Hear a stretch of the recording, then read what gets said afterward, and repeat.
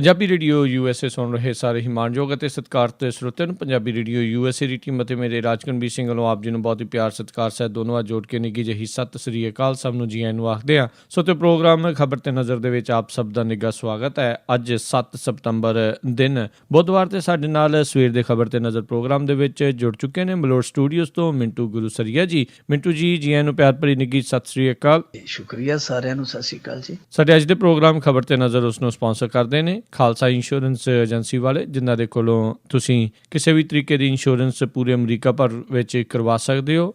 Insurance ਦੇ ਬਾਰੇ ਪਤਾ ਕਰਨ ਲਈ ਕਾਲ ਕਰ ਸਕਦੇ ਹੋ। ਇਹਨਾਂ ਦਾ ਨੰਬਰ 408-272-2500 4082722500। ਇਸ ਦੇ ਨਾਲ ਸੁਰਜੀਤ ਸਿੰਘ ਅਤੇ ਮਹਿੰਦਰ ਕੌਰ ਗੁਰਾਇਆ ਸੈਨ ਹੋਜ਼ੇ ਤੋਂ ਇਹਨਾਂ ਦਾ ਵੀ ਬਹੁਤ ਬਹੁਤ ਧੰਨਵਾਦ। ਜੇਕਰ ਤੁਸੀਂ ਜਾਂ ਕੋਈ ਹੋਰ ਕਾਰੋਬਾਰ, ਕੋਈ ਬਿਜ਼ਨਸ ਇਸ ਪ੍ਰੋਗਰਾਮ ਵਿੱਚ ਸਹਿਯੋਗ, ਕੋਈ ਸਪਾਂਸਰ ਕਰਨਾ ਚਾਹੁੰਦੇ ਹੋਵੋ, ਸੰਪਰਕ ਕਰੋ ਨੰਬਰ 408-722-7698 4087227698 ਦੇ ਉੱਤੇ। ਮਿੰਟੂ ਜੀ, ਗੱਲਬਾਤ ਦਾ ਸਿਲਸਿਲਾ ਆਪਾਂ ਸ਼ੁਰੂ ਕਰਦੇ ਹਾਂ। ਆਮ ਆਦਮੀ ਪਾਰਟੀ ਦੇ ਇੱਕ ਹੋਰ ਆਗੂ ਦੀ ਸ਼ਾਮਤ, ਗ੍ਰਿਫਤਾਰੀ ਦੀ ਤਲਵਾਰ ਲਟਕੀ। ਇੱਕ ਤਾਂ ਸਾਡੇ ਇੱਥੇ ਪਿੰਡਾਂ 'ਚ ਕਹਿੰਦੇ ਹੁੰਦੇ ਕਿ ਫਲਾਣੇ ਤੇ ਸ਼ਨੀ ਦਾ ਢਈਆ ਚੱਲਦਾ ਹੈ। ਇਹਨਾਂ ਤੇ ਸ਼ਨੀ ਦਾ ਢਈਆ ਨਹੀਂ, ਇਹਨਾਂ ਤੇ ਹਨੀ ਦਾ ਢਈਆ ਚੱਲਦਾ ਹੈ ਕਿ ਸਾਰੇ ਉਹ ਇੱਕੋ ਮਾਮਲਿਆਂ ਦੇ ਵਿੱਚ ਹੀ ਫਸਦੇ ਨਜ਼ਰ ਆਉਂਦੇ ਆ। ਇਹ ਜਿਹੜੇ ਸੱਜਣ ਹੁਣ ਘਿਰੇ ਵਿਵਾਦਾਂ 'ਚ ਉਹ ਨੇ ਵਿਜੇ ਚੌਹਾਨ, ਜਿਹੜੇ ਪਹਿਲਾਂ ਸੰਗਰੂਰ ਤੋਂ ਅਬਜ਼ਰਵਰ ਹੋਇਆ ਕਰਦੇ ਸੀ। ਜਦੋਂ ਇਹਨਾਂ ਦੇ ਇਲਜ਼ਾਮ ਲੱਗੇ ਉਦੋਂ ਇਹਨਾਂ ਨੂੰ ਚੁੱਪ ਚਪੀਤੇ ਸੰਗਰੂਰ ਤੋਂ ਬਦਲ ਕੇ 70 ਕਿਲੋਮੀਟਰ ਪਰਾਂ ਪਟਿਆਲੇ ਲਾ ਦਿੱਤਾ। ਪਰ ਉਸ ਵਿਵਾਦ ਨੇ ਜਿਹੜਾ ਖੜਾ ਨਹੀਂ ਛੱਡਿਆ। ਜਿਹੜੇ ਇਹਦੇ ਦਫ਼ਤਰ ਦੇ ਵਿੱਚ ਹੀ ਇੱਕ ਔਰਤ ਕੰਮ ਕਰਦੀ ਸੀ, ਕਥਿਤ ਤੌਰ ਤੇ ਉਹਦੀ ਇੱਕ ਵੀਡੀਓ ਵੀ ਕੱਲ, ਆਡੀਓ ਕਲਿੱਪ ਵੀ ਕੱਲ ਪ੍ਰੈਸ ਕਾਨਫਰੰਸ ਕਰਕੇ ਸਨਾਮ ਵਾਲਿਆਂ ਨੇ ਜਾਰੀ ਕੀਤੀ ਹੈ ਉੱਥੇ, ਜਿਹਦੇ 'ਚ ਉਹ ਇੱਕ ਵੱਡੇ ਲੀਡਰ ਨੂੰ ਸ਼ਿਕਾਇਤ ਕਰ ਰਹੀ ਹੈ ਤੇ ਵੱਡਾ ਲੀਡਰ ਜਿਹੜਾ ਉਹ ਪੋਚੇ ਪਾਉਂਦਾ ਕਿ ਤੁਹਾਨੂੰ ਮੈਂ ਰਹਿਣ ਲਈ ਜਗ੍ਹਾ ਦਿੱਤੀ, ਤੁਹਾਨੂੰ ਆਹ ਕੀਤਾ, ਤੁਸੀਂ ਉਹ ਕੀਤਾ, ਹੁਣ ਤੁਸੀਂ ਮੇਰੀ ਜੁੱਤੀਆਂ ਪਵਾ ਰਹੇ ਹੋ, ਮੇਰੀ ਜਿਹੜੀ ਬਦਨਾਮੀ ਕਰਵਾ ਰਹੇ ਹੋ। ਯਾਨੀ ਉਹ ਕਹਿੰਦਾ ਕਿ ਉਹ ਜਿਹੜਾ ਵਿਜੇ ਚੌਹਾਨ ਅਬਜ਼ਰਵਰ ਹੈ ਕਿ ਉਹਦਾ ਨਾਮ ਨਾ ਲਓ। ਉਹ ਆਡੀਓ ਹੈ ਜਿਹੜੀ, ਹੁਣ ਇਹ ਆਪਾਂ ਕੋਈ ਪ੍ਰਮਾਣਤਾ ਨਹੀਂ ਕਰ ਸਕਦੇ ਕਿ ਆਡੀਓ ਸੱਚੀ ਹੈ ਜਾਂ ਝੂਠੀ ਹੈ, ਪਰ ਉਹਦੇ 'ਚ ਉਹ ਔਰਤ ਨਾਂ ਲੈ ਰਹੀ ਹੈ ਤੇ ਉਹ ਆਗੂ ਹੈ ਜਿਹੜਾ ਇਹਨਾਂ ਦਾ ਵੱਡਾ, ਉਹ ਕਹਿੰਦਾ ਕਿ ਰਹਿਣ ਦਿਓ, ਮਸਲੇ ਨੂੰ ਇਹ ਜਿਹੜਾ ਠੱਪਿਆ ਰਹਿਣ ਦਿਓ। ਪਰ ਗੱਲ ਹੌਲੀ ਹੌਲੀ ਜਦੋਂ ਫੁੱਟ ਤੇ ਪਹੁੰਚੀ ਤੇ ਫੁੱਟ ਤੋਂ ਬਾਅਦ ਤੁਹਾਨੂੰ ਪਤਾ ਹੈ ਘਰਾਂ ਦਾ ਬਹੁਤ ਕੁਛ ਜਿਹੜਾ ਖੂੰਜਾਂ ਦੇ ਵਿੱਚ ਸੱਚ ਲੁਕਿਆ ਹੁੰਦਾ, ਬਾਹਰ ਗਲੀ ਦੇ ਵਿੱਚ ਤਮਾਸ਼ਾ ਬਣ ਜਾਂਦਾ। ਹੁਣ ਇਹ ਤਮਾਸ਼ਾ ਬਣਿਆ ਤੇ ਮੁੜ ਕੇ ਤਮਾਸ਼ੇ ਤੋਂ ਤੁਹਾਨੂੰ ਪਤਾ ਸ਼ਰੀਕਾਂ ਦਾ ਹਾਸਾ ਬਣ ਜਾਂਦਾ। ਉਹਨਾਂ ਨੇ ਹੁਣ ਕੀ ਕੀਤਾ, ਕਿਉਂਕਿ ਉਹਨਾਂ ਦੇ ਹੱਥ ਰਾਜ ਹੈ, ਜਿਸ ਹੱਥ ਜ਼ੋਰ ਕਰ ਵੇਖੇ ਸੋਈ, ਉਹਨਾਂ ਨੇ ਆਪਣਾ ਜ਼ੋਰ ਸ਼ੁਰੂ ਕਰ ਦਿੱਤਾ। ਅੱਜ SSP ਹੈ ਜਿਹੜਾ ਸੰਗਰੂਰ ਦਾ, ਉਹਨੇ ਆਪਣੇ ਆਪ ਹੀ ਸਾਹਮਣੇ ਆ ਕੇ ਬਿਆਨ ਦੇ ਦਿੱਤਾ। ਉਹਨੇ ਆਖਿਆ ਜੇ ਉਹ ਮਹਿਲਾ ਜ਼ੁਬਾਨ ਖੋਲੇਗੀ, ਸਾਡੇ ਕੋਲ ਆ ਕੇ ਬਿਆਨ ਦੇਗੀ ਤੇ ਅਸੀਂ ਤੁਰੰਤ ਵਿਜੇ ਚੌਹਾਨ ਨੂੰ ਗ੍ਰਿਫਤਾਰ ਕਰ ਲਾਂਗੇ। ਇਹ ਤੁਸੀਂ ਪਿਛਲੇ ਦਿਨ ਹੀ ਦਿੱਲੀ ਦੇ ਵਿੱਚ ਵੇਖਿਆ ਹੀ ਹੈ ਕਿ ਇਸੇ ਤਰ੍ਹਾਂ ਹੀ ਠੀਕ ਕਿਹਾ ਗਿਆ ਸੀ ਕਿ ਜੇ ਕੋਈ ਸਾਹਮਣੇ ਆ ਗਈ ਬੀਬੀ ਤੇ ਅਸੀਂ ਨਾਲ ਦੀ ਨਾਲ ਗ੍ਰਿਫਤਾਰ ਕਰ ਲਾਂਗੇ। ਤੇ ਫਿਰ ਬੀਬੀ ਵੀ ਅਗਲੇ ਕੁਝ ਘੰਟਿਆਂ ਬਾਅਦ ਹੀ ਸਾਹਮਣੇ ਆ ਗਈ ਸੀ। ਇੱਥੋਂ ਵੀ ਇੱਕ ਬੀਬੀ ਹੈ ਜਿਹੜੀ ਫਿਰੋਜ਼ਪੁਰ ਦੀ, ਜਿਹਨੇ ਸਾਰਾ ਇਹ ਸ਼ੁਰੂ ਕੀਤਾ ਸੀ, ਭੁਚਾਲ ਲਿਆਂਦਾ ਸੀ, ਜਿਨਸੀ ਸ਼ੋਸ਼ਣ ਦਾ ਇਲਜ਼ਾਮ ਲਾ ਕੇ, ਜਿਹਨੇ ਕੇਜਰੀਵਾਲ ਸਾਹਿਬ ਦੇ ਦਰਾਂ ਦੇ ਵਿੱਚ ਧਰਨਾ ਵੀ ਦਿੱਤਾ ਸੀ। ਉਹ ਵੀ ਅਚਾਨਕ ਕੱਲ ਸੁਰਖੀਆਂ ਦੇ ਵਿੱਚ ਆ ਗਈ, ਲੋਪ ਰਹੀ ਵਿੱਚੋਂ 6-7 ਮਹੀਨੇ। ਕੱਲ ਉਹਨੇ ਵੀ ਆਖ ਦਿੱਤਾ ਕਿ 52 ਮੇਰੇ ਵਰਗੀਆਂ ਹੋਰ ਨੇ ਜਿਨ੍ਹਾਂ ਦਾ ਜਿਨਸੀ ਸ਼ੋਸ਼ਣ ਹੋਇਆ, ਜਿਨ੍ਹਾਂ ਨੂੰ ਇੱਥੇ ਕੀਤਾ ਗਿਆ ਪਾਰਟੀ ਦੇ ਵਿੱਚ ਪਰੇਸ਼ਾਨ। ਸੋ ਇਹ ਜੇ ਦੇਖੀਏ ਤਾਂ ਕੁੱਲ ਮਿਲਾ ਕੇ ਅੱਜ SSP ਨੇ ਜਿਹੜਾ ਸੰਕੇਤ ਦਿੱਤਾ, ਇਹ ਵਿਜੇ ਚੌਹਾਨ ਤੇ ਮੇਰੇ ਖਿਆਲ ਦੇ ਨਾਲ ਭਾਰੀ ਪਊਗਾ। ਗ੍ਰਿਫਤਾਰੀ ਹੋ ਸਕਦੀ ਇਹਨਾਂ ਦੇ ਵਿੱਚ, ਕਿਉਂਕਿ ਜਦੋਂ ਇਸ ਤਰ੍ਹਾਂ ਦਾ ਬਿਆਨ ਪੁਲਿਸ ਦੇਵੇ, ਉਹ ਸਮਝ ਲਓ ਕਿ ਸਾਰਾ ਕੁਝ ਉਹਨਾਂ ਨੇ ਤਿਆਰ ਕੀਤਾ ਹੁੰਦਾ। ਦਿੱਲੀ ਦੇ ਵਿੱਚ ਆਪਾਂ ਵੇਖ ਚੁੱਕੇ ਹਾਂ। ਵਿਜੇ ਚੌਹਾਨ ਹੁਣ ਇਸ ਮਸਲੇ 'ਚ ਹਾਰਦਾ ਹੈ ਕਿਉਂਕਿ ਉਹਦਾ ਨਾਮ ਵਿਜੇ ਹੈ, ਜਿੱਤਿਆ ਤਾਂ ਉਹ ਹਾਰਦਾ ਕਿ ਜਿੱਤਦਾ ਸਮਾਂ ਦੱਸੇਗਾ। ਪਰ ਜੇ ਉਹਦੀ ਗ੍ਰਿਫਤਾਰੀ ਹੋ ਗਈ ਤੇ ਇਹ ਆਮ ਆਦਮੀ ਪਾਰਟੀ ਦਾ ਹਾਲ ਜਿਹੜਾ ਉਹ ਠੀਕ ਉਸ ਤਰ੍ਹਾਂ ਦਾ ਹੋ ਜਾਏਗਾ ਜਿਵੇਂ ਡੁੱਬਦੇ ਦੇ ਸਿਰ ਦੇ ਵਿੱਚ ਕੋਈ ਹੋਰ 5-7 ਘੜੇ ਪਾਣੀ ਪਾ ਦਈਏ। ਜੀ ਜੀ ਜੀ। ਤੇ ਅੱਗੇ ਆਪਾਂ ਵੱਧਦੇ ਮਿੰਟੂ ਜੀ। ਸੁਪਰੀਮ ਕੋਰਟ ਦੇ ਰਾਜਾਂ ਨੂੰ ਹੁਕਮ, 24 ਘੰਟਿਆਂ ਵਿੱਚ FIR ਛੱਡੋ ਵੈਬਸਾਈਟ ਤੇ। ਇਹ ਸੁਪਰੀਮ ਕੋਰਟ ਨੇ ਹੁਕਮ ਦਿੱਤੇ ਆ ਕਿ ਜੋ ਥਾਣਿਆਂ ਦੇ ਵਿੱਚ, ਜੋ ਵੱਖ-ਵੱਖ ਰਾਜਾਂ ਦੇ ਥਾਣਿਆਂ ਦੇ ਵਿੱਚ ਪਰਚੇ ਦਰਜ ਹੁੰਦੇ ਆ, ਜਿਨ੍ਹਾਂ ਨੂੰ ਆਪਾਂ ਪਰਚੇ ਕਹਿ ਦਿੰਦੇ ਆ, FIR ਦਰਜ ਹੁੰਦਾ ਹੈ, ਤਾਂ ਉਹ ਨਾਲ ਦੀ ਨਾਲ ਜਿਹੜੀ ਹੈ 24 ਘੰਟਿਆਂ ਦੇ ਅੰਦਰ ਅੰਦਰ ਵੈਬਸਾਈਟ ਤੇ ਉਹ ਚੜਾਉਣੀ ਜ਼ਰੂਰੀ ਹੋ ਜਾਏਗੀ ਜੀ। ਇਹ ਇਹਨਾਂ ਦੇ ਹੁਕਮ ਜਿਹੜੇ ਆ ਸਾਰੇ ਰਾਜਾਂ ਤੇ ਔਰ UT, ਜਿਨ੍ਹਾਂ ਨੂੰ ਆਪਾਂ ਕੇਂਦਰ ਸ਼ਾਸਿਤ ਪ੍ਰਦੇਸ਼ ਕਹਿੰਦੇ ਆ, ਉਹਨਾਂ ਤੇ ਵੀ ਲਾਗੂ ਹੋਣਗੇ। ਇਹਦਾ ਮਤਲਬ ਇਹ ਹੋਏਗਾ ਕਿ ਜਿਹੜਾ ਵੀ ਪਰਚਾ ਕੱਟਿਆ ਜਾਏਗਾ ਉਹ ਨਾਲ ਦੀ ਨਾਲ ਜਾਂ ਹੱਦ 24 ਘੰਟੇ ਦੇ ਵਿੱਚ ਉਹ ਪਰਚਾ ਜਿਹੜਾ ਉਹਦੀ ਤਫਸੀਲਾਤ ਹੈ ਜਿੰਨੀ ਉਹ ਸਾਰੀ ਪੁਲਿਸ ਕਿਉਂਕਿ ਹਰੇਕ ਜ਼ਿਲ੍ਹੇ ਦੀ ਇੱਕ ਵੈਬਸਾਈਟ ਬਣਾਈ ਹੋਈ ਹੈ ਪਹਿਲਾਂ ਹੀ ਆਲਰੇਡੀ ਇਹਨਾਂ ਨੇ, ਤਾਂ ਉਸ ਵੈਬਸਾਈਟ ਤੇ ਜਿਹੜੇ ਥਾਣੇ ਹੁੰਦੇ ਕ੍ਰਮਵਾਰ ਥਾਣਾ ਫਲਾਣਾ ਥਾਣਾ, ਤਾਂ ਉਸ ਥਾਣੇ ਦੇ ਅਧੀਨ ਜੋ ਉਹਦੀ ਵੈਬਸਾਈਟ ਦੇ ਵਿੱਚ ਜਗ੍ਹਾ ਹੋਏਗੀ ਉਹਦੇ ਕ੍ਰਾਈਮ ਰਿਪੋਰਟ ਦੇ ਵਿੱਚ ਉਹ ਇਹਨਾਂ ਨੂੰ ਜਾਰੀ ਕਰਨੀ ਪਵੇਗੀ। ਨਾਲ ਸੁਪਰੀਮ ਕੋਰਟ ਨੇ ਸ਼ਰਤ ਰੱਖੀ ਕਿ ਜਿਨ੍ਹਾਂ ਇਲਾਕਿਆਂ ਦੇ ਵਿੱਚ ਇੰਟਰਨੈਟ ਜਾਂ ਹੈ ਨਹੀਂ ਜਾਂ ਸਪੀਡ ਘੱਟ ਆ, ਕੁਛ ਸਮੱਸਿਆਵਾਂ ਨੇ ਇੰਟਰਨੈਟ ਦੇ ਨਾਲ ਜੁੜੀਆਂ, ਤੇ ਉਹਨਾਂ ਨੂੰ 72 ਘੰਟੇ ਦਿੱਤੇ ਇਹਨਾਂ ਨੇ ਕਿ ਤੁਸੀਂ 3 ਦਿਨਾਂ ਦੇ ਵਿੱਚ ਆਪਣਾ ਕੋਈ ਵੀ ਬੰਦੋਬਸਤ ਕਰ ਸਕਦੇ ਹੋ। ਤੁਹਾਡੇ ਲਈ 3 ਦਿਨ ਆ, ਪਰ ਹੱਦ 3 ਦਿਨ ਆ। ਨਾਲ ਇੱਕ ਇਹ ਗਾਈਡਲਾਈਨ ਜਾਰੀ ਕੀਤੀ ਗਈ ਆ ਕਿ ਇੱਕ ਤੇ ਜਿਹੜੇ ਸੰਵੇਦਨਸ਼ੀਲ ਕੇਸ ਆ ਉਹ ਵੈਬਸਾਈਟਾਂ ਤੇ ਨਾ ਪਾਏ ਜਾਣ, ਇੱਕ ਜੋ ਬੀਬੀਆਂ ਦੇ ਨਾਲ ਜੁੜੇ ਜਾਂ ਬੱਚਿਆਂ ਦੇ ਨਾਲ ਜੁੜੇ ਜਿਹੜੇ ਮਸਲੇ ਉਹ ਨਾ ਪਾਏ ਜਾਣ। ਇਹ ਨਾਲ ਗਾਈਡਲਾਈਨ ਜਾਰੀ ਕੀਤੀ ਹੈ। ਇਹ ਚੰਗਾ ਹੈ ਕੁੱਲ ਮਿਲਾ ਕੇ ਰਾਜ ਕਰਨਵੀਰ ਸਿੰਘ ਜੀ।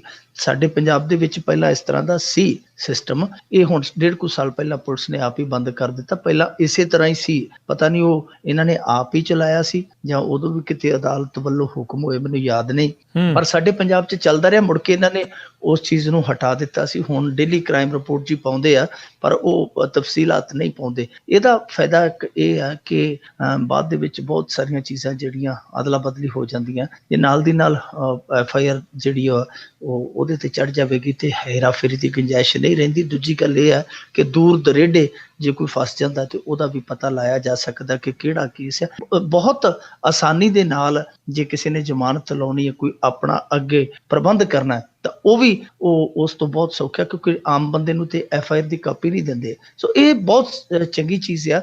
ਔਰ ਇਹਦੇ ਨਾਲ ਇੱਕ ਇਹ ਵੀ ਹੈ ਕਿ ਕੋਈ ਪੀੜਤ ਹੈ ਜਾਂ ਕੋਈ ਸੰਘਰਸ਼ਸ਼ੀਲ ਆ, ਉਹਦੇ ਲਈ ਵੀ ਉਹ ਵੇਖ ਸਕਦਾ ਘਰੇ ਬੈਠਾ ਕਿ ਕੀ ਮੇਰੀ FIR ਹੈ ਜਿਹੜੇ ਕੱਟੀ ਗਈ ਹੈ ਕਿ ਨਹੀਂ ਕੱਟੀ ਗਈ। ਇਹ ਕੁੱਲ ਮਿਲਾ ਕੇ ਚੰਗਾ ਫੈਸਲਾ ਹੈ।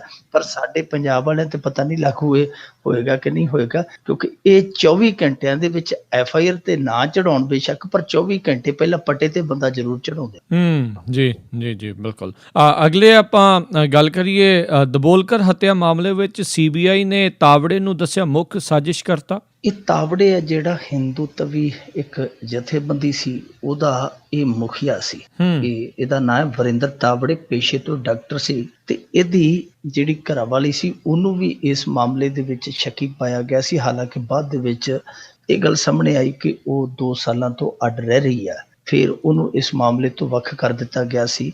ਇਹ ਦਬੋਲਕਰ ਸਨ ਜਿਹੜੇ ਇਹ ਬਹੁਤ ਪਹੁੰਚੇ ਹੋਏ ਵਿਦਵਾਨ ਸੀ, ਚੋਟੀ ਦੇ ਵਿਦਵਾਨ ਸੀ, ਤਰਕਸ਼ੀਲ ਸੀ, ਲੈਫਟ ਜਿਹੜੇ ਖੱਬੇ ਪੱਖੀ ਹੁੰਦੇ ਆ ਉਸ ਵਿਚਾਰਧਾਰਾ ਦੇ ਪੰਥੀ ਸਨ। ਇਹਨਾਂ ਨੇ ਅੰਧ ਵਿਸ਼ਵਾਸ ਦੇ ਖਿਲਾਫ ਮਹਾਰਾਸ਼ਟਰ ਦੇ ਵਿੱਚ ਇੱਕ ਬਹੁਤ ਵੱਡੀ ਜੰਗ ਛੇੜੀ ਹੋਈ ਸੀ। ਦਬੋਲਕਰ ਤਰਕਸ਼ੀਲ ਹੀ ਨਹੀਂ ਸਨ, ਚਿੰਤਕ ਸਨ। ਉਹਨਾਂ ਨੂੰ ਲੱਗਦਾ ਸੀ ਕਿ ਜਿਹੜਾ ਅੰਧ ਵਿਸ਼ਵਾਸ ਆ, ਕਰਮਕਾਂਡ ਆ, ਇਹ ਸਾਡੇ ਸਮਾਜ ਦੇ ਵਿਕਾਸ ਦੇ ਰਾਹ ਦੇ ਵਿੱਚ ਅੜਿੱਕਾ ਹੈ। ਇਹਦੇ ਲਈ ਇੱਕ ਕਾਨੂੰਨ ਲਿਆਉਣਾ ਚਾਹੀਦਾ ਹੈ, ਜਾਂ ਜਿਵੇਂ ਕਾਲਾ ਜਾਦੂ ਜਾਂ ਜੋ ਵੀ ਇਹਦੇ 'ਚ ਆ ਜਾਂਦਾ ਸਾਰਾ ਤੰਤਰ ਮੰਤਰ, ਇਹਦੇ ਖਿਲਾਫ ਇੱਕ ਕਾਨੂੰਨ ਹੋਣਾ ਚਾਹੀਦਾ ਹੈ। ਉਹਨਾਂ ਨੇ ਬਹੁਤ ਵੱਡੀ ਇਸ ਲਈ ਲੜਾਈ ਲੜੀ, ਏਡੀ ਵੱਡੀ ਲੜਾਈ ਲੜੀ ਕਿ ਉਹਨਾਂ ਨੂੰ ਆਪਣੀ ਜਾਨ ਇਸ ਲੜਾਈ ਤੋਂ ਕੁਰਬਾਨ ਕਰਨੀ ਪਈ, ਕਿਉਂਕਿ ਉਹ ਮਿਥਿਹਾਸ ਤੇ ਚੋਟ ਕਰਦੇ ਸਨ। ਤੇ ਮਿਥਿਹਾਸ ਤੋਂ ਤੁਹਾਨੂੰ ਪਤਾ ਕਿ ਬਹੁਤ ਸਾਰੇ ਲੋਕਾਂ ਦੀ ਰੋਜੀ ਰੋਟੀ ਚੱਲਦੀ ਹੈ, ਬਹੁਤ ਸਾਰੇ ਲੋਕਾਂ ਦੀ ਸਿਆਸਤ ਚੱਲਦੀ ਹੈ। ਉਹਨਾਂ ਨੂੰ ਨਾਗਵਾਰ ਗੁਜ਼ਰਿਆ। ਇਸੇ ਕਤਲ ਦੇ ਨਾਲ ਹੀ ਇੱਕ ਹੋਰ ਕਤਲ ਹੋ ਗਿਆ ਸੀ ਗੋਬਿੰਦ ਪੰਸਾਰੇ ਦਾ, ਉਹ ਵੀ ਸੇਮ ਹੀ ਵਿਚਾਰਧਾਰਾ ਸੀ ਉਹਨਾਂ ਦੀ, ਉਹ ਵੀ ਇਹੋ ਹੀ ਲੜਾਈ ਲੜਦੇ ਸਨ, ਲੇਖਕ ਸਨ, ਬੁੱਧੀਜੀਵੀ ਸਨ। ਇੱਕ ਹੋਰ ਕਤਲ ਹੋਇਆ ਸੀ ਕੁਲਬੁਰਗੀ, ਪ੍ਰੋਫੈਸਰ ਕੁਲਬੁਰਗੀ ਸਨ, ਉਹ ਕਰਨਾਟਕ ਦੇ ਸਨ। ਗੋਬਿੰਦ ਪੰਸਾਰੇ ਤੇ ਦਬੋਲਕਰ ਜਿਹੜੇ ਇਹ ਮਹਾਰਾਸ਼ਟਰ ਦੇ ਸਨ। ਪਹਿਲਾਂ ਤੇ ਪਤਾ ਨਹੀਂ ਲੱਗਿਆ। ਦੇਖੋ ਪੁਲਿਸ ਕਿਹੋ ਜਿਹਾ ਕੰਮ ਕਰਦੀ ਹੈ, ਜਿਨ੍ਹਾਂ ਨੇ ਸਾਰੀ ਜ਼ਿੰਦਗੀ ਤਾਂਤਰਿਕ ਵਿਦਿਆ ਜਾਂ ਅੰਧ ਵਿਸ਼ਵਾਸਾਂ ਦੇ ਖਿਲਾਫ ਲੜਾਈ ਲੜਨ 'ਚ ਗਵਾ ਦਿੱਤੀ, ਉਹਨਾਂ ਦੀ ਮੌਤ ਤੋਂ ਬਾਅਦ ਜਦੋਂ ਪੁਲਿਸ ਦੇ ਹੱਥ ਪੱਲੇ ਕੁਛ ਨਹੀਂ ਸੀ ਲੱਗਦਾ, ਜਾਂ ਇਹ ਕਹਿ ਲਈਏ ਉਹ ਹੱਥ ਪੱਲੇ ਲਾਉਣਾ ਨਹੀਂ ਸੀ ਚਾਹੁੰਦੇ, ਤੇ ਉਦੋਂ ਉਹਨਾਂ ਨੇ ਤਾਂਤਰਿਕ ਸੱਦ ਲਏ ਸੀ ਮਹਾਰਾਸ਼ਟਰ ਪੁਲਿਸ ਨੇ ਕਿ ਸਾਨੂੰ ਪਤਾ ਨਹੀਂ ਲੱਗਦਾ। ਤਾਂਤਰਿਕ ਰੂਹਾਂ ਦੇ ਨਾਲ ਗੱਲ ਕਰਨਗੇ ਤੇ ਰੂਹ ਤੋਂ ਪੁੱਛਣਗੇ ਕਿ ਦੋਸ਼ੀ ਕੌਣ ਆ। ਇਹੋ ਜਿਹਾ ਜਲੂਸ ਕੱਢਦੇ ਰਹੇ। ਫਿਰ ਉਹ ਜਾਂਚ ਹੈ ਜਿਹੜੀ CBI ਤੱਕ ਪਹੁੰਚ ਗਈ।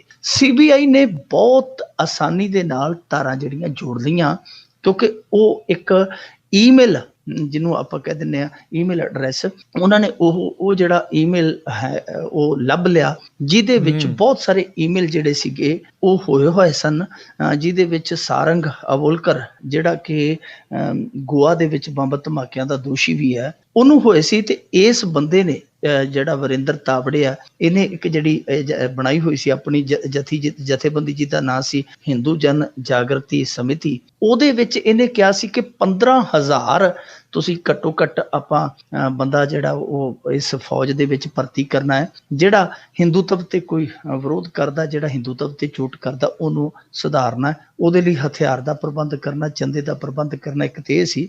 ਉਸੇ ਵੈਬਸਾਈਟ ਦੇ ਵਿੱਚ, ਉਸੇ ਇਹਨਾਂ ਦੇ ਈਮੇਲ ਦੇ ਵਿੱਚ ਇਹ ਵੀ ਚੀਜ਼ ਪਤਾ ਲੱਗੀ ਕਿ ਉੱਥੇ ਬਹੁਤ ਸਾਰੀਆਂ ਫੋਟੋਆਂ ਸਨ ਇਹੋ ਜਿਹੀਆਂ ਜਿਨ੍ਹਾਂ ਤੇ ਲਾਲ ਨਿਸ਼ਾਨ ਲੱਗੇ ਸਨ। ਕੱਲੇ ਉਹ ਇਹ ਬੁੱਧੀਜੀਵੀ ਨਹੀਂ ਜਿਹੜੇ ਇਸ ਵਿਚਾਰਧਾਰਾ ਨੂੰ ਟੱਕਰ ਦਿੰਦੇ ਸਨ, ਉਹਨਾਂ ਦੇ ਵਿੱਚ ਪੁਲਿਸ ਅਫਸਰਾਂ ਦੇ ਵੀ ਨੰਬਰ ਲਾਏ ਹੋਏ ਸਨ ਕਿ ਉਹਨਾਂ ਤੇ ਕਾਂਟੇ ਵੱਜੇ ਹੋਏ ਸੀ। ਸੋ CBI ਨੇ ਉਸ ਨੈਟਵਰਕ ਨੂੰ ਖੰਗਾਲਿਆ। ਫਿਰ ਉਹ ਜਿਹੜਾ ਸਾਰੰਗ ਅਵੋਲਕਰ ਆ, ਉਹਦੇ ਖਿਲਾਫ ਤੇ ਰੈੱਡ ਕਰਾਸ ਜਿਹੜਾ ਹੁੰਦਾ ਹੈ ਉਹ ਰੈੱਡ ਕਾਰਨਰ ਉਹ ਜਾਰੀ ਹੈ, ਉਹ ਰੈੱਡ ਕਾਰਨਰ ਨੋਟਿਸ ਉਹਦੇ ਖਿਲਾਫ ਜਾਰੀ, ਉਹ ਭਗੌੜਾ ਹੈ।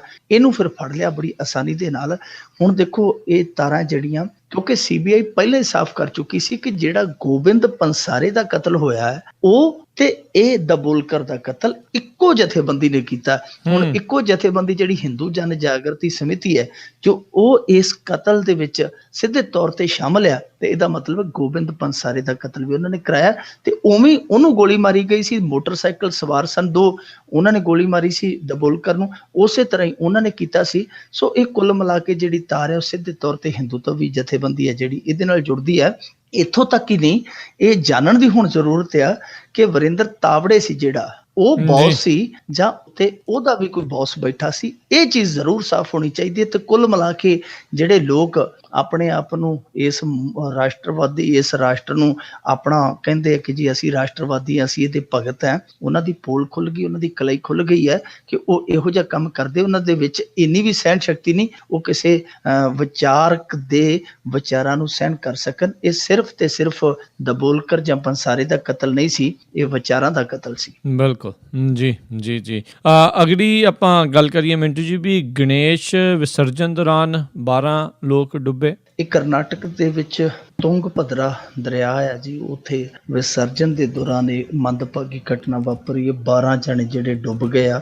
ਰਾਹਤ ਬਚਾਅ ਦਾ ਕੰਮ ਜਿਹੜਾ ਜਾਰੀ ਹੈ। 1 ਲਾਸ਼ ਹੁਣ ਤੱਕ ਮਿਲੀ ਹੈ, ਬਾਕੀ 11 ਦੀ ਭਾਲ ਕੀਤੀ ਜਾ ਰਹੀ ਹੈ। ਇਹ ਅੱਜ ਕੱਲ੍ਹ ਤੁਹਾਨੂੰ ਪਤਾ ਕਿ ਗਣਪਤੀ ਜਿਹੜਾ ਮਨਾਉਂਦੇ ਆ ਦਿਹਾੜਾ, ਗਣੇਸ਼ ਉਤਸਵ ਜਿਹਨੂੰ ਕਹਿ ਦਿੰਦੇ ਆ, ਉਹ ਮਹਾਰਾਸ਼ਟਰ ਕਰਨਾਟਕ ਦੇ ਵਿੱਚ ਬੜੇ ਵੱਡੇ ਪੱਧਰ ਤੇ ਮਨਾਇਆ ਜਾਂਦਾ। ਲੋਕ ਗਣੇਸ਼ ਦੀ ਮੂਰਤੀ ਆਪਣੇ ਘਰੇ ਸਜਾਉਂਦੇ ਆ, ਕੁਛ ਦਿਨ ਰੱਖਦੇ, ਉਸ ਤੋਂ ਬਾਅਦ ਉਹ ਵਿਸਰਜਨ ਕਰਦੇ ਆ। ਤੇ ਇਹ ਘਟਨਾ ਵੀ ਵਿਸਰਜਨ ਦੇ ਦੌਰਾਨ ਵਾਪਰੀ। ਇਹੋ ਜਿਹੀਆਂ ਘਟਨਾਵਾਂ ਬੜੀਆਂ ਵਾਪਰੀਆਂ ਨੇ ਸਾਡੇ ਇਹ ਧਾਰਮਿਕ ਅਸਥਾਨਾਂ ਤੇ। ਬਹੁਤ ਥਾਵੀਂ ਭਗਦੜ ਦੇ ਨਾਲ ਮੌਤਾਂ ਹੋਈਆਂ।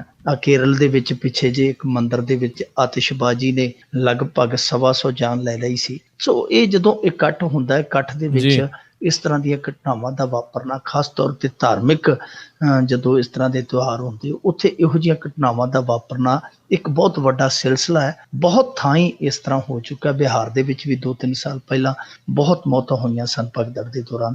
ਇਹ ਸਿਲਸਿਲਾ ਜਿਹੜਾ ਦੇਖੋ, ਜੇ ਇਹਨਾਂ ਤੇ ਸਖਤਾਈ ਕੀਤੀ ਜਾਏਗੀ ਇਹਨਾਂ ਦੇ ਇਕੱਠਾਂ ਤੇ ਫਿਰ ਅਸੀਂ ਉਹ ਆਪ ਹੀ ਪਿੱਟਣ ਲੱਗ ਜਾਣਾ ਜੀ ਇਹ ਧਾਰਮਿਕ ਆਜ਼ਾਦੀ ਨੂੰ ਖੋਹਦੇ ਆ, ਧਰਮ ਤੇ ਪਾਬੰਦੀਆਂ ਲਾਉਂਦੇ ਆ। ਇਹਦੇ ਲਈ ਇਹ ਹੈ ਕਿ ਸਵਾਰੀ ਆਪਣੇ ਸਮਾਨ ਦੀ ਆਪ ਹੀ ਜ਼ਿੰਮੇਵਾਰ ਹੋਵੇ। ਇਹ ਧਿਆਨ ਜ਼ਰੂਰ ਰੱਖਣਾ ਚਾਹੀਦਾ ਕਿ ਨਜ਼ਰ ਹਟੀ ਤੋਂ ਦੁਰਘਟਨਾ ਘਟੀ। ਪਰ ਇੱਥੇ ਇਕੱਲੀ ਦੁਰਘਟਨਾ ਹੀ ਨਹੀਂ ਹੁੰਦੀ। ਇੱਥੇ ਮਹਾਰਾਸ਼ਟਰ ਦੇ ਵਿੱਚੋਂ ਇੱਕ ਇਹੋ ਜਿਹਾ ਵਿਜ਼ੂਅਲ ਸਾਹਮਣੇ ਆਇਆ, ਉੱਥੇ ਵਿਸਰਜਨ ਕਰਦੇ ਪਏ ਸਨ ਤੇ ਇੱਕ ਵਿਚਾਰਾ ਹੌਲਦਾਰ, ਉਹਦੀ ਡਿਊਟੀ ਲੱਗੀ ਸੀ ਤਲਾਬ ਦੇ ਕੰਢੇ ਤੇ, ਉਹਨੇ ਰੋਕਿਆ। ਖੱਪ ਪਾਉਂਦੇ ਸਨ ਗੋਬਿੰਦਾ ਮੰਡਲੀ ਦੇ ਜਿਹੜੇ ਲੋਕ ਸੀ, ਉਹਨੇ ਰੋਕਿਆ। ਉਹਨਾਂ ਨੇ ਚੁੱਕ ਕੇ ਉਹਨੂੰ ਹੈਡ ਕਾਂਸਟੇਬਲ ਨੂੰ ਤਲਾਬ ਦੇ ਵਿੱਚ ਸੁੱਟ ਲਿਆ। ਉਹਨੂੰ ਮਾਰ ਹੀ ਦੇਣ ਲੱਗਿਆ ਸੀ ਡੁੱਬ ਕੇ। ਉਹ ਮਸਾਂ ਫਿਰ ਹਿੰਮਤ ਕਰਕੇ ਉਹ ਬਚਿਆ। ਸੋ ਇਹੀ ਕੁਝ ਵੀ ਵਾਪਰਦਾ ਇਕੱਠ ਦੇ ਵਿੱਚ। ਜ਼ਰੂਰਤ ਹੈ ਕਿ ਇਹਨਾਂ ਸਾਰੀਆਂ ਘਟਨਾਵਾਂ, ਇਹਨਾਂ ਸਾਰੀਆਂ ਚੀਜ਼ਾਂ ਨੂੰ ਠੱਲ ਪਾਈ ਜਾਵੇ। ਜੀ ਜੀ।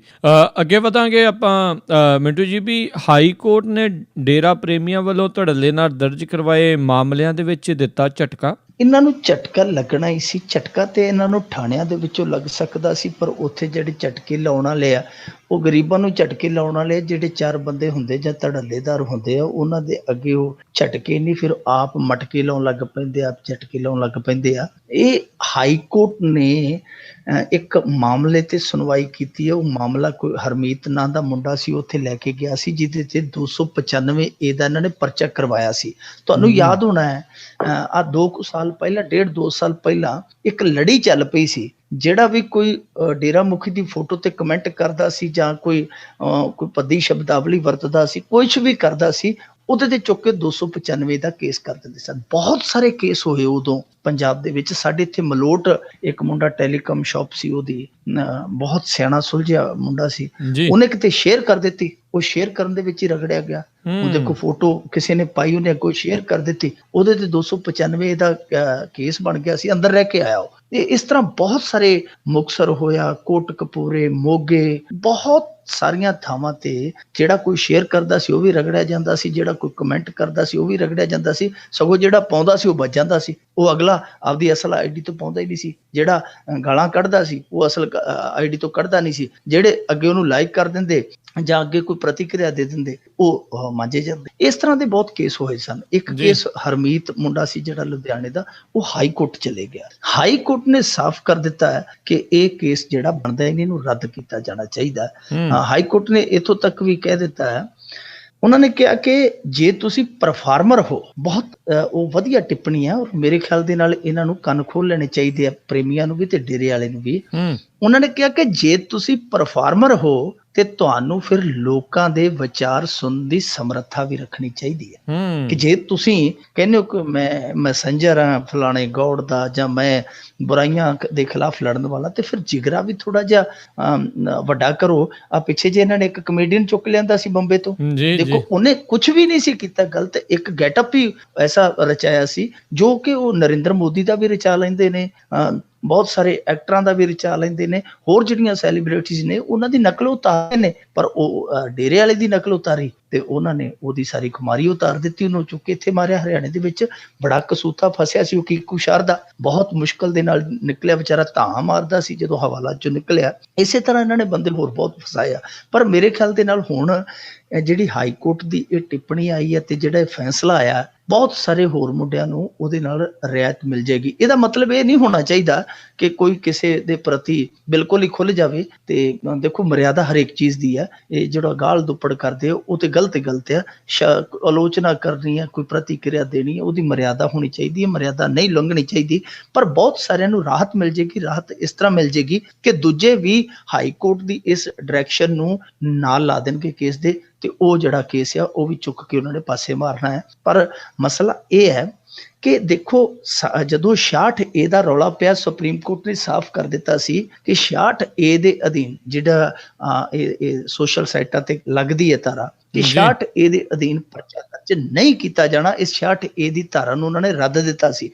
ਜੇ ਧਾਰਾ ਰੱਦ ਦਿੱਤੀ ਹੈ ਤੇ ਫਿਰ ਪੰਜਾਬ ਪੁਲਿਸ 295 ਏ ਦੇ ਇੰਨੇ ਮੁਕੱਦਮੇ ਕਿਵੇਂ ਦਰਜ ਕਰ ਗਈ? ਇਹ ਪੰਜਾਬ ਪੁਲਿਸ ਤੋਂ ਜਵਾਬ ਵੀ ਚਾਹੀਦਾ ਹੈ।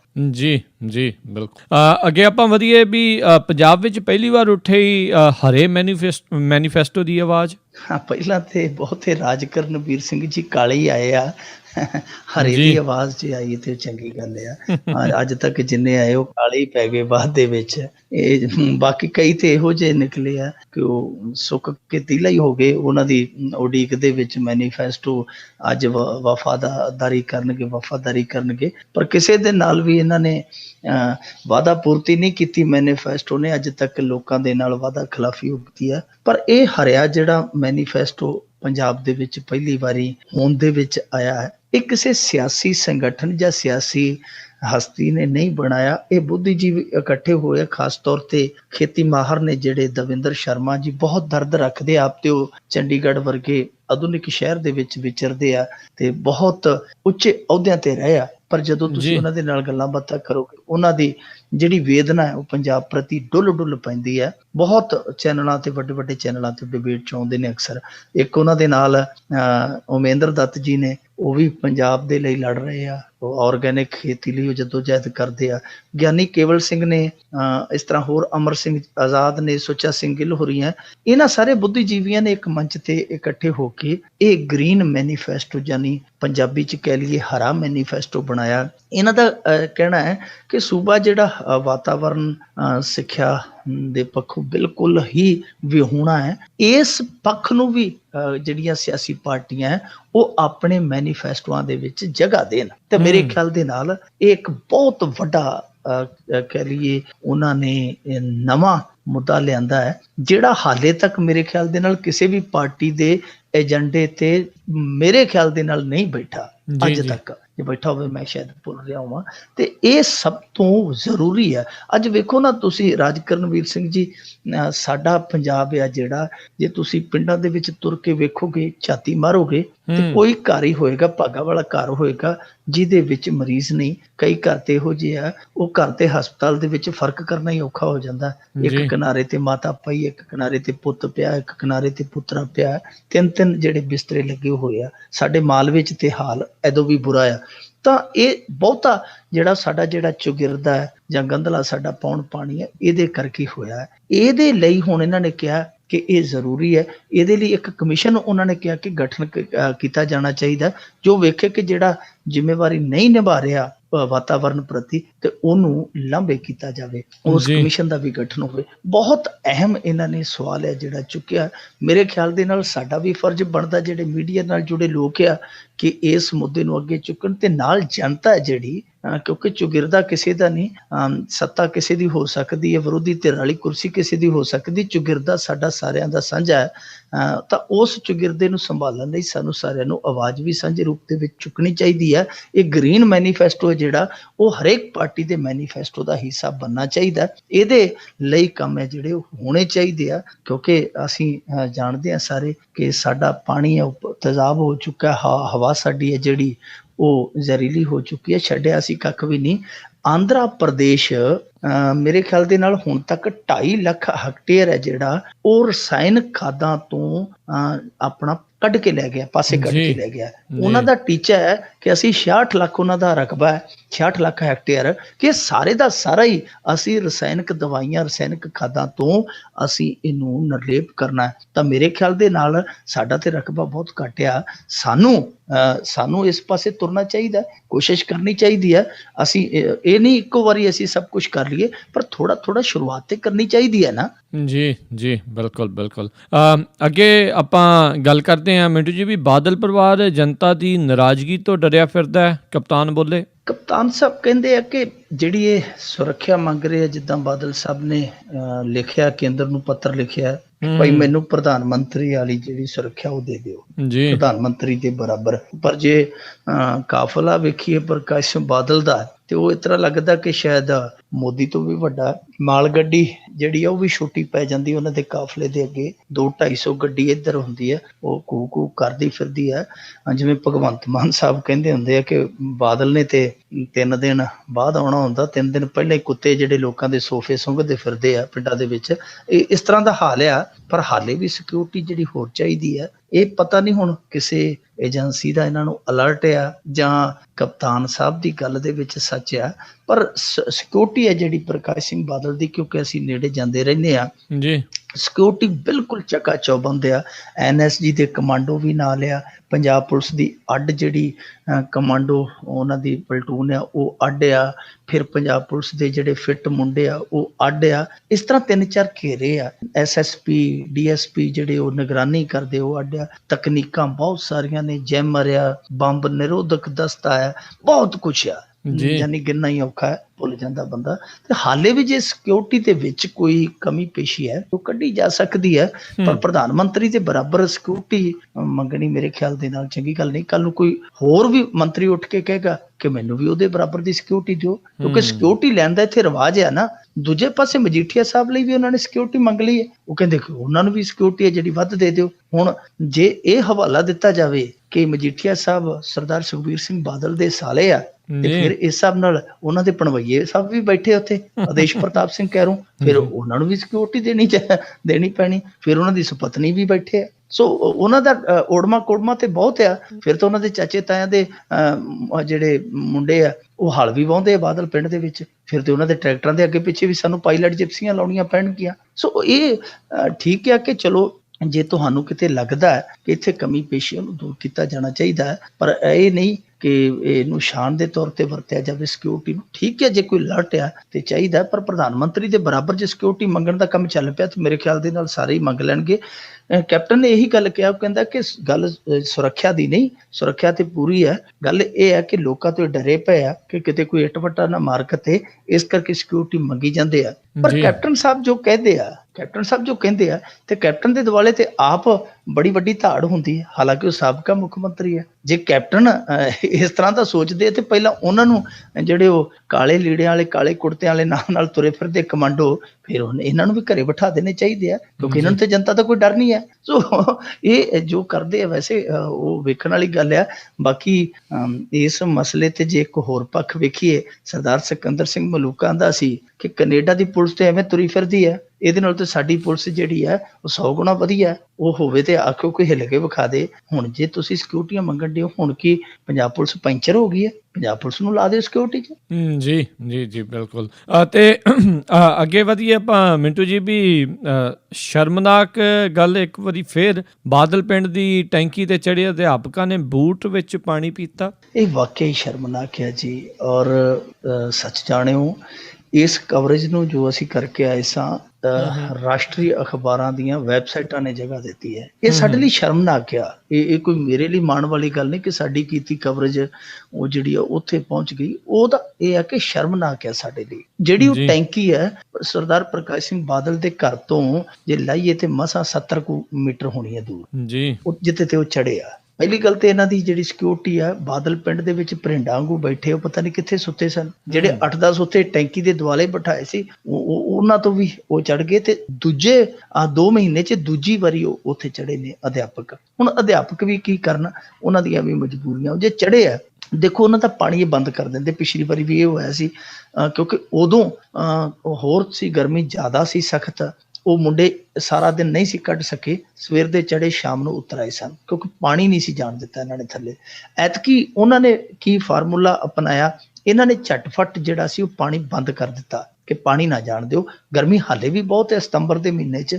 ਇਹਨਾਂ ਨੇ ਕੀ ਕੀਤਾ, ਜਿਹੜੀ ਉਹ ਵਾਟਰ ਟੈਂਕ ਹੁੰਦਾ ਹੈ ਉਤਲੇ ਪਾਸੇ ਵਾਟਰ ਵਰਕਸ ਦੇ ਜਿਹੜਾ ਬਣਿਆ ਹੁੰਦਾ ਸਿਖਰ ਤੇ ਜਿਹੜੀ ਟੈਂਕੀ, ਉਹਨੂੰ ਵੀ ਖਾਲੀ ਕਰਾਤਾ ਤਤਫਟ, ਵੀ ਪਾਣੀ ਜਿਹੜਾ ਕੱਢ ਦਿਓ। ਉਹ ਐਕਸੀਅਨ ਦਾ ਜਵਾਬ ਬੜਾ ਵਧੀਆ ਸੀ। ਅਸੀਂ ਉਹਨੂੰ ਪੁੱਛਿਆ ਕੱਲ ਰਾਤੀ ਕਿ ਐਕਸੀਅਨ ਸਾਹਿਬ ਤੁਸੀਂ ਟੈਂਕੀ ਕਿਉਂ ਖਾਲੀ ਕਰਾ ਦਿੱਤੀ ਹੈ, ਕਿ ਪਿੰਡ ਦੇ ਦੂਜੇ ਲੋਕਾਂ ਨੂੰ ਧਰਿਆਏ ਮਾਰਨਾ? ਕਹਿੰਦੇ ਨਹੀਂ ਜੀ, ਉਹਦੇ ਲਈ ਦੂਜੀ ਟੈਂਕੀ ਹੈਗੀ ਹੈ। ਅਸੀਂ ਡਰਦੇ ਸੀ, ਕਹਿੰਦੇ ਕਿ ਵਿੱਚ ਕਿਤੇ ਛਾਲ ਨਾ ਮਾਰ ਜਾਣ। ਤੇ ਮੈਂ ਕਿਹਾ ਜੀ ਜੇ ਛਾਲ ਮਾਰਨੀ ਹੈ, ਉਹਨਾਂ ਨੇ ਟੈਂਕੀ ਤੇ ਪਾਣੀ ਵਾਲੀ ਦੇ ਵਿੱਚ ਜ਼ਰੂਰ ਮਾਰਨੀ ਹੈ, ਉੱਤੇ ਖੜੇ ਨੇ, ਥੱਲੇ ਨਹੀਂ ਮਾਰ ਸਕਦੇ ਹੋ, ਉਹਨਾਂ ਨੇ ਜ਼ਰੂਰ ਡੁੱਬ ਕੇ ਮਰਨਾ। ਸੋ ਉਹ ਇਹੋ ਜਿਹੇ ਤਰਕ ਦਿੰਦੇ। ਤਰਕ ਕਾਹਦੇ ਦਿੰਦੇ? ਕੁਤਰਕ ਦਿੰਦੇ, ਉਹ ਵੀ ਕੁਤਰ ਕੇ।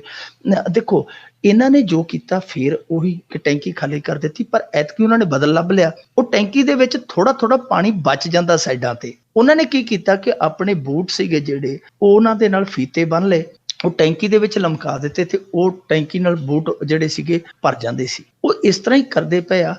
ਜ਼ਿੰਦਗੀ ਬਚਾਉਣ ਲਈ ਉਹ ਜਦੋਜਹਿਦ ਤੁਹਾਨੂੰ ਪਤਾ ਕਰਨੀ ਪੈਂਦੀ ਹੈ। ਗਰਮੀ ਬਹੁਤ ਆ। ਉਹ ਫਿਰ ਜਦੋਂ ਪਿਆਸ ਲੱਗਦੀ ਉਸੇ ਟੈਂਕੀ ਦੇ ਵਿੱਚ ਉਹ ਡੁਬੋ ਲੈਂਦੇ ਆ ਤੇ ਉਸੇ ਬੂਟ ਨੂੰ ਨਿਚੋੜ ਲੈਂਦੇ ਆ। ਉਹ ਇਸ ਤਰ੍ਹਾਂ ਕਰਦੇ ਪਏ ਆ। ਅੱਜ ਤੀਜਾ ਦਿਨ ਆ, 3 ਦਿਨ ਪੂਰੇ ਹੋ ਗਏ, ਉੱਤੇ 6-7 ਘੰਟੇ ਹੋ ਗਏ ਆ। ਉਹ ਆਹੀ ਸਿਲਸਿਲਾ ਜਿਹੜਾ ਦੁਹਰਾ ਰਹੇ ਆ। ਅੱਜ ਡਿਪਟੀ ਕਮਿਸ਼ਨਰ ਗਿਆ ਸੀ ਉੱਥੇ, ਉਹ ਕਹਿੰਦਾ ਕਿ ਤੁਹਾਡੀ ਮੁੱਖ ਮੰਤਰੀ ਨਾਲ ਮੀਟਿੰਗ ਰਖਾ ਦਿੱਤੀ ਹੈ, ਤੁਸੀਂ ਥੱਲੇ ਆ ਜਾਓ। ਉਹ ਕਹਿੰਦੇ ਕਿ ਜਿੰਨਾ ਚਿਰ ਮੀਟਿੰਗ ਹੋ ਕੇ ਐਲਾਨ ਨਹੀਂ ਹੁੰਦਾ ਸਾਡੀਆਂ ਨੌਕਰੀਆਂ ਦਾ, ਅਸੀਂ ਥੱਲੇ ਨਹੀਂ ਜੇ ਆਉਣਾ। ਕਹਿੰਦੇ ਕਿ ਜੀ ਖਾਣ ਪੀਣ ਆ ਜਾਓ ਥੱਲੇ। ਉਹ ਕਹਿੰਦੇ ਕਿ ਨਹੀਂ, ਜੇ ਤੁਸੀਂ ਖਾਣ ਪੀਣ ਸਾਡਾ ਇੰਨਾ ਹੀ ਖਿਆਲ ਰੱਖਦੇ ਹੋ ਤੇ ਅਸੀਂ ਰੱਸੀ ਲਮਕਾ ਦਿੰਨੇ ਆ, ਤੁਸੀਂ ਉੱਤੇ ਭੇਜ ਦਿਓ। ਕਹਿੰਦੇ ਕਿ ਨਹੀਂ, ਥੱਲੇ ਆ ਕੇ ਖਾ ਪੀ ਜਾਓ। ਉਹ ਕਹਿੰਦੇ ਸਾਨੂੰ ਪਤਾ ਜੇ ਅਸੀਂ ਦਾਵਤ ਖਾਣ ਆ ਗਏ ਥੱਲੇ ਤੇ ਫਿਰ ਸਾਨੂੰ ਤੁਸੀਂ ਬਹੁਤ ਕੁਝ ਖਵਾਓਗੇ, ਅਸੀਂ ਨਹੀਂ ਆਉਣਾ। ਇਹ ਚੱਲਦਾ ਪਿਆ। ਦੇਖੋ ਮਸਲਾ ਕੀ ਹੈ ਹੁਣ, ਮੰਗ ਕੀ ਹੈ? ਮੰਗ ਇਹ ਇੱਕ ਗੱਲ ਪੜਚੋਲ ਕਰਨ ਵਾਲੀ ਹੈ ਕਿ ਇਹਨਾਂ ਨੇ ਅਧਿਆਪਕ ਯੋਗਤਾ ਟੈਸਟ ਰੱਖ ਦਿੱਤਾ ਸੀ ਕਿ ਸਿੱਧਾ ਅਧਿਆਪਕ ਨਹੀਂ ਸੀ ਰੱਖਦੇ, ਇਹਨਾਂ ਨੇ ਰੱਖ ਦਿੱਤਾ ਸੀ ਕਿ ਟੈਟ ਟੈਸਟ ਜਿਹੜਾ ਪਾਸ ਕਰੇਗਾ ਉਹੀ ਮਾਸਟਰ ਲੱਗੇਗਾ। ਦੇਖੋ 5-6 ਲੱਖ ਪਤਾ ਨਹੀਂ 3 ਲੱਖ ਕਿੰਨੇ ਮਾਸਟਰਾਂ ਨੇ ਉਹ ਟੈਸਟ ਦਿੱਤਾ, ਉਹਦੇ ਚੋਂ ਕਲੀਅਰ ਕੀਤਾ 6500 ਨੇ। 6500 ਅਸਾਮੀ ਵੀ ਇਹਨਾਂ ਤੋਂ ਅੱਜ ਤੱਕ ਭਰੀ ਨਹੀਂ ਗਈ, ਜਿਨ੍ਹਾਂ ਨੇ ਟੈਟ ਜਿਹੜਾ 2-3 ਵਾਰੀ ਇਹਨਾਂ ਨੇ ਲਿਆ, ਉਹਦੇ ਚੋਂ 6500 ਨਿਕਲਿਆ, ਜਿਹੜਾ ਉਹਨੂੰ ਵੀ ਨੌਕਰੀ ਤੇ ਨਹੀਂ ਚਾੜਿਆ। ਉਹਦੇ ਚੋਂ ਆ ਮਾਰਚ ਦੇ ਵਿੱਚ ਇਹਨਾਂ ਨੇ ਨੋਟੀਫਿਕੇਸ਼ਨ ਜਾਰੀ ਕਰ ਦਿੱਤਾ 4500 ਅਸਾਮੀਆਂ ਦਾ। ਹੁਣ ਜਿਹੜਾ 4500 ਰੱਖ ਲਿਓ ਤੇ ਠੀਕ ਆ, ਜਿਹੜਾ ਉੱਤੇ 2000 ਫਿਰਦਾ ਉਹ ਕਿੱਧਰ ਨੂੰ ਜਾਵੇ? ਇਹ ਉਹ 2000 ਆ, ਇਹ ਉਹ 2000 ਹੈ ਜਿਹੜਾ ਕਹਿੰਦਾ ਕਿ ਅਸੀਂ ਆਪਣਾ ਪਹਿਲਾਂ ਪੜ੍ਹਾਈ ਤੇ ਝੁੱਗਾ ਗਾਲਿਆ, ਹੁਣ ਅਸੀਂ ਸੜਕਾਂ ਤੇ ਆਪਣਾ ਜੀਵਨ ਕੱਟ ਰਹੇ, ਸਾਨੂੰ ਹੱਕ ਦਿਓ। ਤੇ ਇਹ ਹੱਕ ਦੇਣੇ ਔਖੇ ਵੀ ਨਹੀਂ। 30,000 ਸਾਡੇ ਇੱਥੇ ਮਾਸਟਰਾਂ ਦੀ ਲੋੜ ਹੈ ਸਰਕਾਰੀ ਸਕੂਲਾਂ 'ਚ। ਜੇ 2000 ਜਿਨ੍ਹਾਂ ਨੇ ਯੋਗਤਾ ਪੂਰੀ ਕੀਤੀ ਹੈ ਰੱਖ ਲਿਆ ਜਾਵੇ ਤੇ ਕੋਈ ਨੇਰ ਨਹੀਂ ਆਉਣ ਲੱਗਾ। ਪਰ ਸਿਆਪਾ ਉਹੀ ਹੈ ਕਿ ਇਧਰਲੇ ਪਾਸੇ ਹੁੰਦੇ ਨਹੀਂ। ਜੀ ਜੀ, ਬਿਲਕੁਲ ਬਿਲਕੁਲ। ਤੇ ਧੰਨਵਾਦ ਕਰਦੇ ਹਾਂ ਤੁਹਾਡਾ ਮਿੰਟੂ ਜੀ, ਤੁਸੀਂ ਸਾਡੇ ਨਾਲ ਜੁੜੇ ਇਹਨਾਂ ਖਬਰਾਂ ਬਾਰੇ ਸਾਨੂੰ ਵਿਸਥਾਰ ਦੇ ਵਿੱਚ ਜਾਣਕਾਰੀਆਂ ਦਿੱਤੀਆਂ। ਅਗਲੇ ਬੁਲੇਟਿਨ ਤੱਕ ਲਈ ਤੁਹਾਡਾ ਬਹੁਤ ਬਹੁਤ ਧੰਨਵਾਦ, ਮਿਹਰਬਾਨੀ, ਸਤਿ ਸ੍ਰੀ ਅਕਾਲ ਜੀ। ਸ਼ੁਕਰੀਆ, ਸਤਿ ਸ਼੍ਰੀ ਅਕਾਲ। ਤੇ ਸਰੋਤਿਓ, ਇੱਥੇ ਹੀ ਸਾਡਾ ਅੱਜ ਦਾ ਇਹ ਪ੍ਰੋਗਰਾਮ ਖਬਰ ਤੇ ਨਜ਼ਰ ਉਹ ਵੀ ਹੁਣ ਸਮਾਪਤ ਹੁੰਦਾ ਹੈ। ਹੁਣ ਮੈਨੂੰ ਰਾਜਕਨਵੀਰ ਸਿੰਘ ਨੂੰ ਵੀ ਇਜਾਜ਼ਤ ਦਿਓ। ਮੇਰੇ ਵੱਲੋਂ ਵੀ ਆਪ ਸਭ ਨੂੰ ਬਹੁਤ ਪਿਆਰ ਸਤਿਕਾਰ ਸਹਿਤ ਦੋਨੋਂ ਹੱਥ ਜੋੜ ਕੇ ਨਿੱਘੀ ਜਿਹੀ ਸਤਿ ਸ੍ਰੀ ਅਕਾਲ। ਜਿਹਦੇ ਵਾਸਤੇ ਰਹੋ, ਹੱਸਦੇ ਖੇਲਦੇ ਰਹੋ ਤੇ ਸੁਣਦੇ ਰਹੋ ਪੰਜਾਬੀ ਰੇਡੀਓ USA।